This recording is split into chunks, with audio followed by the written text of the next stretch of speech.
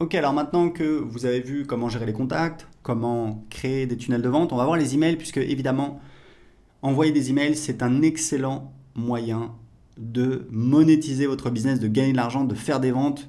Moi, je vis de l'email marketing depuis 2010 littéralement. J'envoie des emails, j'envoie à peu près. Faudrait que je vérifie, je sais plus, c'est 1 ou 2 millions d'emails par mois et ça me permet de faire plus de 100 000 euros par mois. Donc c'est voilà, c'est vraiment mon business. System.io vous permet évidemment de faire tout ce dont vous avez besoin. La première utilisation, c'est donc de créer une newsletter. Une newsletter, c'est quoi? C'est un email qu'on va envoyer manuellement à sa liste. On va faire un envoi manuel ou alors on peut le planifier, mais grosso modo, c'est quelque chose qui va arriver une fois. Donc on pourra toujours dupliquer sa campagne, enfin dupliquer sa newsletter, la réenvoyer 6 mois plus tard, un an plus tard. Nous, c'est ce qu'on fait parce qu'on fait tourner un petit peu nos offres, nos campagnes. Mais en attendant, ça vous permet d'envoyer un email très rapidement. Donc voilà, on va mettre. Donc pour le titre de l'email, je vous conseille fortement. Il y a toujours quelque chose qui fonctionne très bien, c'est bénéfice plus curiosité. Donc par exemple, euh, la méthode agir pour investir dans l'immobilier. Voilà, donc investir dans l'immobilier, c'est un bénéfice. La méthode agir, qu'est-ce que c'est? Il faut cliquer pour voir. Donc ça peut être pas mal. Donc par défaut ici, vous avez donc le nom. Donc ça, il faut que j'aille dans ici, donc paramètres des emails pour paramétrer le nom de l'expéditeur. Donc je vais mettre par exemple. Alors ici, très important, vous avez une clé d'API SendGrid, c'est totalement optionnel, c'est si vous voulez utiliser, donc c'est écrit ici, voilà, vous pouvez voir comment générer une clé d'API SendGrid en cliquant ici. Donc ça, c'est totalement optionnel puisque vous pouvez très bien vous en passer. Donc ici, ça va être l'adresse électronique utilisée par défaut, nom de l'expéditeur des emails, donc moi je vais mettre Aurélien Amaker, le pied de page par défaut, voilà, je vais laisser comme ça. Je vais enregistrer. Voilà. Alors, ici, très important, vous ne pouvez pas utiliser une adresse Gmail car Gmail, en fait, si vous envoyez des emails avec Gmail, très rapidement, vos emails vont tomber dans les spams. Les gens qui sont sur Gmail vont voir un gros avertissement. Pourquoi? Parce que Gmail considère que il ne peut pas vérifier que l'email a bien été envoyé par vous, puisque ça pourrait être un spammer qui utilise votre adresse Gmail pour envoyer des emails. Et comme les emails de votre newsletter ont été envoyés par nos serveurs, et pas par les serveurs de Gmail, donc Gmail ne peut pas s'assurer. Donc on a récemment euh, interdit le fait d'utiliser une adresse Gmail. Donc ce que vous pouvez faire, c'est tout simplement, ce qu'on vous recommande de faire, c'est très simple. Vous allez sur OVH, je vous mettrai le lien. Vous pouvez prendre un nom de domaine et avoir une adresse email. Ça vous coûte quelques euros par an. Je crois que ça commence à 2 euros et ça va jusqu'à 7 ou 8 euros. Donc c'est vraiment rien du tout. Et ça vous permet de professionnaliser votre business, d'être plus crédible en ayant votre propre nom de domaine. Donc je vais retourner dans les newsletters. Donc créer une newsletter. Voilà, donc le titre, etc. Ici, vous mettez le corps de l'email. Ici, vous sélectionnez les contacts à qui vous voulez envoyer cet email. Ici, vous pouvez avoir un filtre, par exemple, si vous avez une séquence automatique que vous envoyez aux nouveaux inscrits et que vous ne voulez pas envoyer aux gens qui sont encore dans cette séquence automatique, vous pouvez filtrer, vous pouvez dire voilà, je vais envoyer uniquement aux gens qui sont inscrits depuis plus de 14 jours, par exemple. Ici, vous pouvez ajouter une pièce jointe. Ici, vous pouvez exclure des tags. Donc, vous voyez, automatiquement, ça va désélectionner ici. Donc ça veut dire que je vais envoyer à tous les tags, à tous les contacts qui ont le tag prospect YouTube, moins les tags qui ont le prospect YouTube et qui ont aussi moins les contacts qui ont le tag prospect YouTube et qui ont aussi le tag contact. Ici, vous pouvez utiliser des variables de substitution. C'est par exemple si vous avez demandé au moment de l'inscription le prénom, le nom de famille, le numéro de téléphone, vous pouvez utiliser ici une variable qui sera donc remplacée par le numéro de téléphone, dans ce cas-là, de la personne. Alors très important pour l'instant, on on a un éditeur d'email qui est assez limité, qui est assez simple.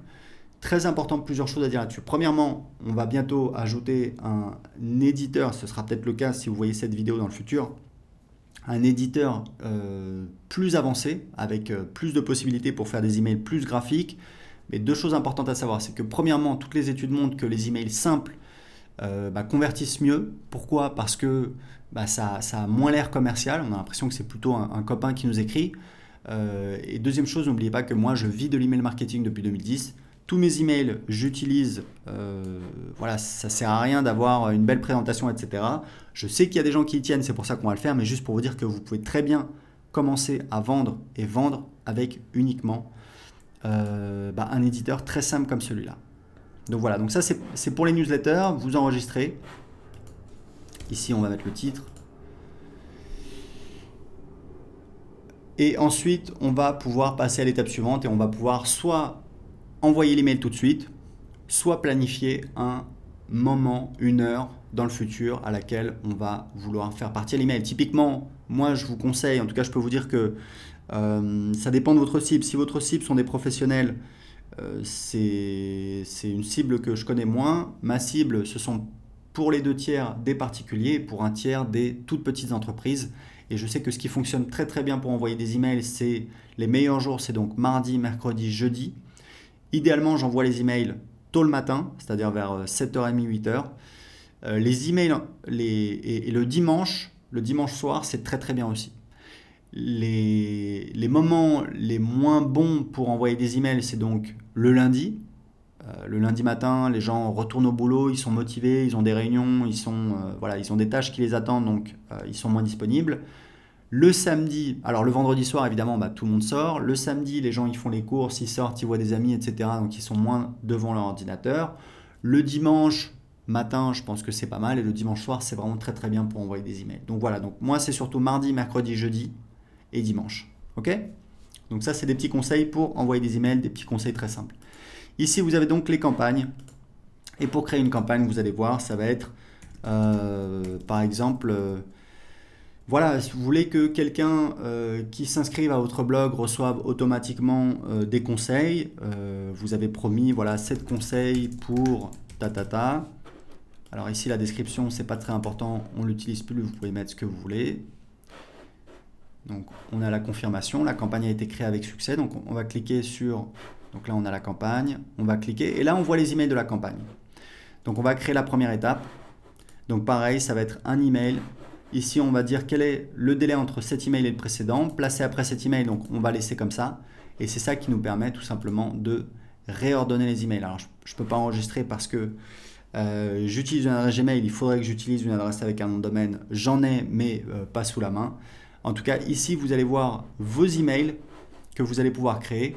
Et ici, vous avez donc une remarque, c'est assez intéressant, c'est-à-dire que moi, quand je crée des séquences, et j'ai des séquences dans tous mes business. Je mets toujours en place des séquences qui vendent en automatique.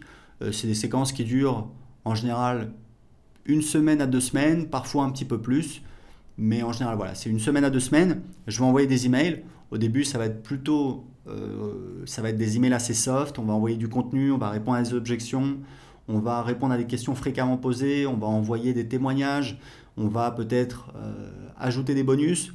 Et puis, au fur et à mesure qu'on approche de la date limite, je vais commencer à mettre un petit peu plus la pression en disant on arrive bientôt à la fin de la date limite pour profiter du bonus, inscrivez-vous maintenant, etc., etc. Donc, ce que je vous conseille, puisque c'est pareil, ça fait des années que je fais ça, si vous voulez mettre en place une séquence de vente d'emails en automatique, faites simple. Prenez-vous 2 heures, vous faites 3 emails, hop, vous avez 3 emails qui tournent, plus besoin de vous en préoccuper.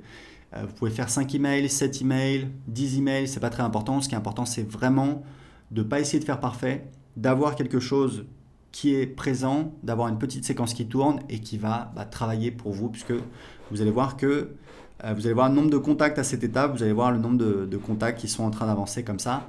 Vous allez voir les statistiques et puis ici, vous avez un champ remarque qui est assez utile où en fait, moi, je note quel est le but de cet email. Donc ça va être témoignage, annonce bonus, répondre aux objections, etc., etc., etc. Donc ici, vous allez ajouter les emails de vos campagnes. Donc vous voyez, c'est très simple.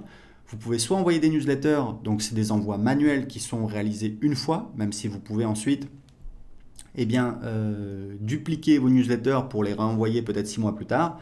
Vous avez également accès à des statistiques détaillées sur quelles sont les personnes qui ont ouvert l'email, quelles sont les personnes qui ont cliqué sur l'email, quelles sont les personnes qui ont cliqué sur spam. C'est très important parce que ces personnes-là, il va falloir, ce que je vous conseille, c'est de supprimer ces personnes-là, parce que c'est des personnes qui apparemment ne veulent pas recevoir vos emails.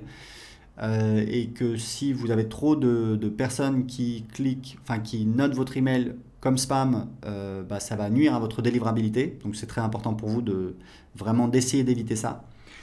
Et ici vous avez les campagnes et ici vous avez les statistiques. Donc c'est tout pour les emails avec System.io.